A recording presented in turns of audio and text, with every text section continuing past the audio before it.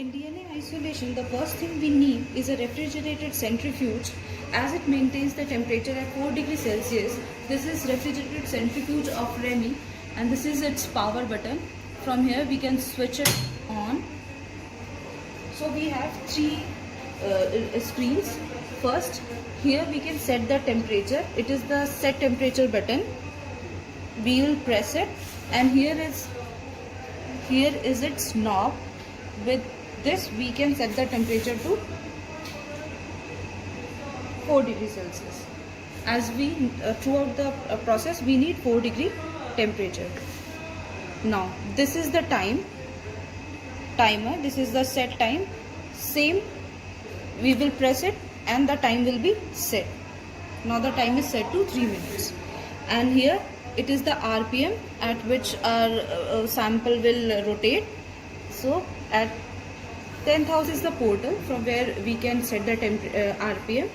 We will press the set RPM and this is the knob. We will turn it and we can set the RPM to 10,000, which is needed for DNA isolation. Now coming to rotors, this is where we keep our samples. This is the rotor for lid. It is tightly closed and here we can put 1.5 to 2 ml of Eppendorf for centrifugation. We have different types of rotors.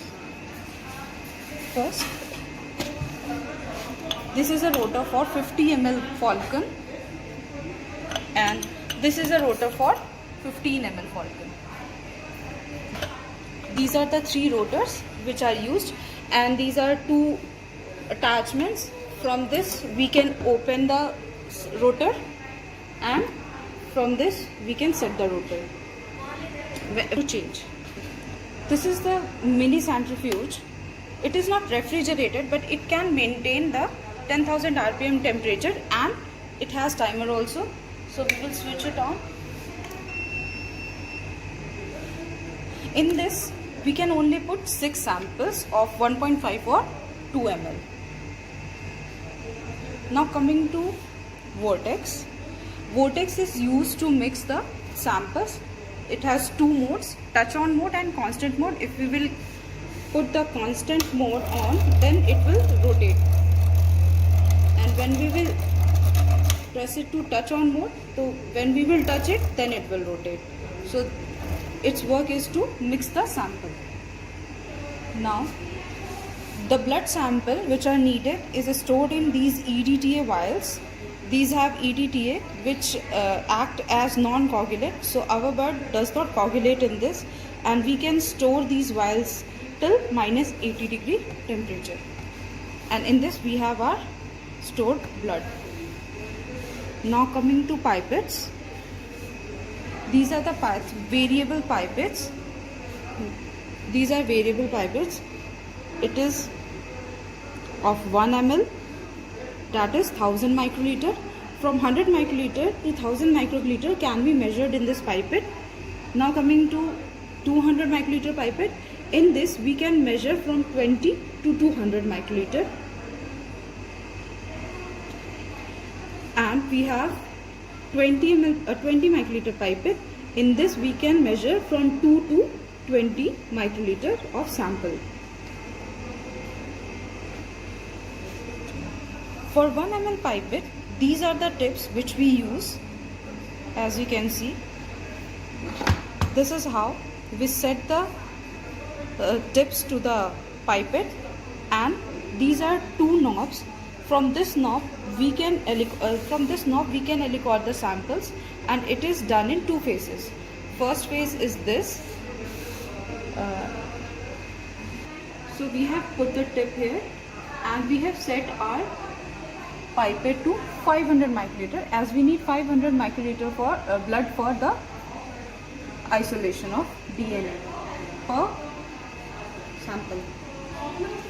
So this is the knob by which we can suck the blood.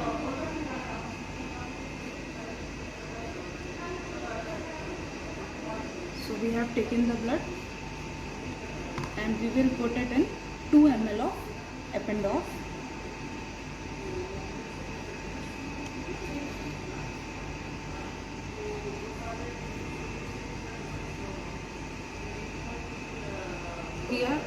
Now releasing the pipette, and we have, I was saying, we have here 2 levels.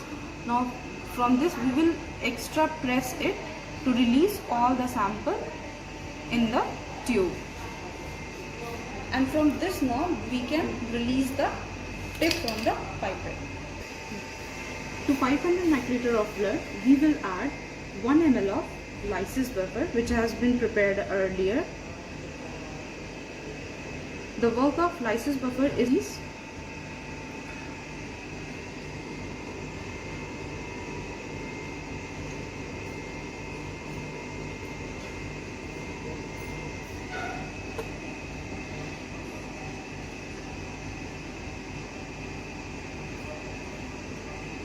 now we have to mix the sample like this.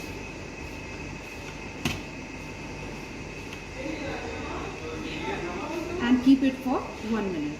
After 1 minute, we will keep it. We will centrifuge the samples. Now 1 minute has been gone, so we will put the samples to centrifuge. While keeping the tubes for centrifugation, we have to keep in mind that the hinge part is present on outside of the centrifuge, and the opening part is present towards the inside.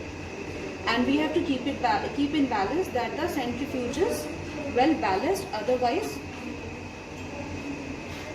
the sample might spill off due to pressure.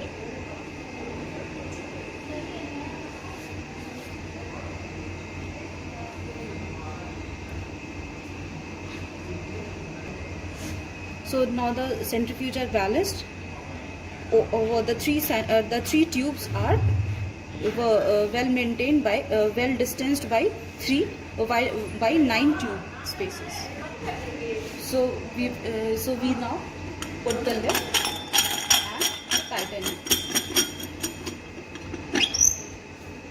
and we have to close it like this. The temperature is set at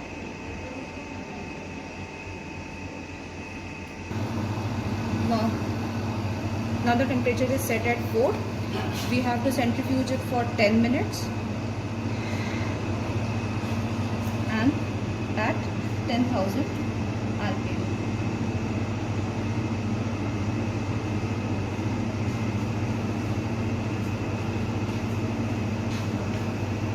So we will put the brake off and motor on. The RPM is now increasing, as we can see. So the 10 minutes have been over and our centrifugation is done. So we have to switch off the motor and switch on the brake. Now when it comes to 0, then here the lid will unlock. The lid will unlock, so we will have to wait. So it has been unlocked. Now we will open it and we will open the lid. We put it here and centrifugation is done. Here we cannot see, but I will show you the pellets. So we will discard the supernatant like this, slowly. Then we will see that our pellet is present at the bottom of the tube.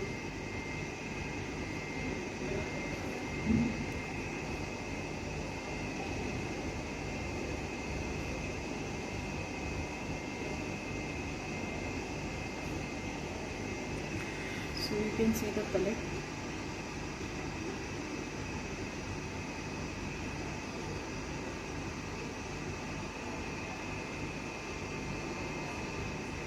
Now we will repeat the step of lysis. This time we will put only 400 microliter of lysis.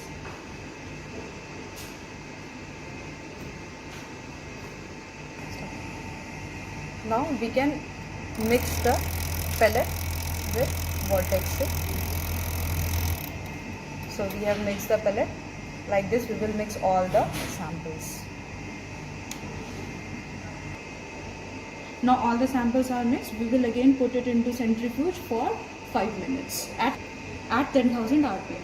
Now again the centrifuge is done, and you can see now the supernatant is slightly. So now we can see the supernatant is slightly lighter in color than the previous one, and it is a little quantity as we have put only 400 microliter of lysis buffer.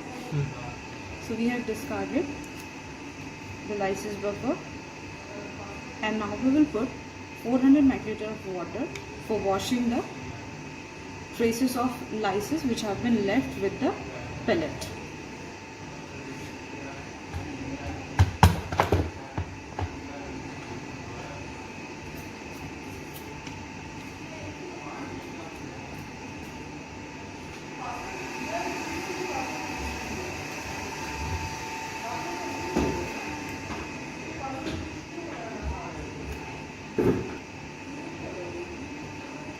Now at this point we will not vortex the pellet as we have done with lysis buffer. We will just tap the pellet so that it gets detached from the surface, and now it will get washed when we will centrifuge it.